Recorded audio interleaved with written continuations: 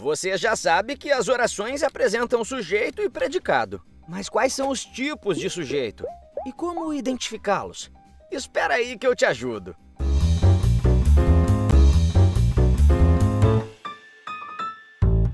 Se você curte estudar com vídeos como este, já se inscreve no canal e não esqueça de deixar o seu like.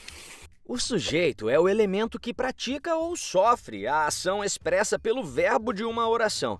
E para identificá-lo, precisamos fazer a pergunta sobre a tal ação do verbo, certo? Uma vez identificado, nos resta saber que tipo de sujeito ele é. Vamos praticar? Quando o verbo principal de uma oração faz referência a um sujeito de núcleo único, temos um sujeito simples. O núcleo do sujeito é a sua palavra principal e mais importante. Isso não significa que um sujeito simples é necessariamente representado por apenas uma palavra ou por um termo flexionado no singular, ok? Por exemplo, Paulo comprou uma bicicleta. Os meninos estão brincando no quintal. Quem comprou a bicicleta? Paulo. Nesse caso, o verbo comprou faz referência a um sujeito de núcleo único. Já no segundo exemplo, se nos perguntarmos quem está brincando no quintal, a resposta será os meninos. Nesse caso, o sujeito é formado por duas palavras. No entanto, o núcleo do sujeito é o elemento meninos, ou seja, sujeito simples. Quando o verbo principal de uma oração faz referência a dois ou mais núcleos do sujeito, temos um sujeito composto. Mas não se esqueça que um sujeito composto não é necessariamente um vocábulo no plural, ok? Por exemplo, Camila e Lorena fizeram os doces da festa. A professora e os alunos ensaiaram para a festa da escola. Quem fez os doces da festa? Camila e Lorena, ou seja, um sujeito com dois núcleos. No segundo exemplo, quem ensaiou para a festa da escola? A professora e os alunos. E agora, como identificar um sujeito oculto? Sujeito oculto é aquele que não aparece na oração de forma explícita. Podemos dizer que sabemos que ele está ali, mas não estamos vendo. Porém, podemos identificá-lo por conta da desinência do verbo da oração. Por exemplo, se analisarmos a flexão verbal estamos, observamos a terminação mos, desinência indicando primeira pessoa do plural, nós. Nas frases, estamos muito orgulhosos de você. Deixei minha chave em casa. Nestas orações, o que nos indica qual é o sujeito é a desinência da flexão verbal. O verbo estamos nos indica que o sujeito é nós, e o verbo deixei é indicativo de que o sujeito da frase é eu. Até aí, tudo certo.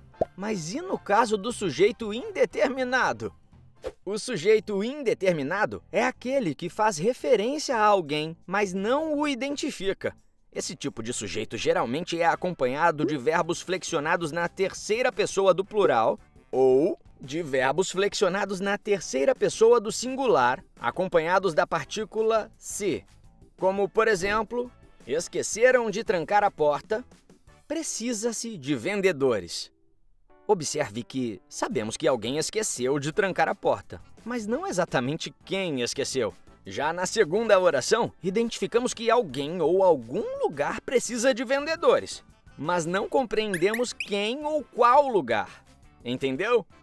Mas cuidado, nem sempre a presença do se traz um sujeito indeterminado, como nesta frase. Pede-se silêncio.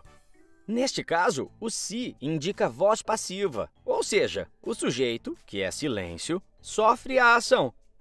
Como sabemos que é voz passiva? Porque o verbo é transitivo direto.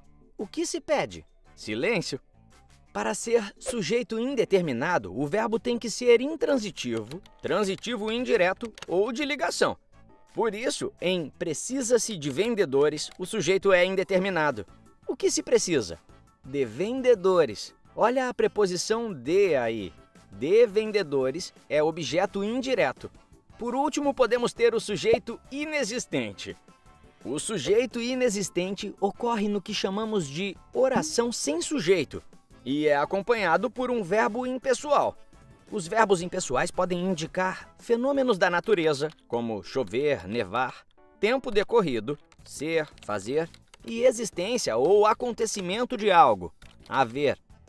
Como nas frases: nevou o dia todo. Faz 3 anos que estudo nesta escola. Há muita gente na praia. Todos sujeitos inexistentes. É isso aí. Assista este vídeo quantas vezes precisar e pratique mais através de exercícios com o link aqui na descrição. Ficamos por aqui. Continue estudando com a gente. Tchau!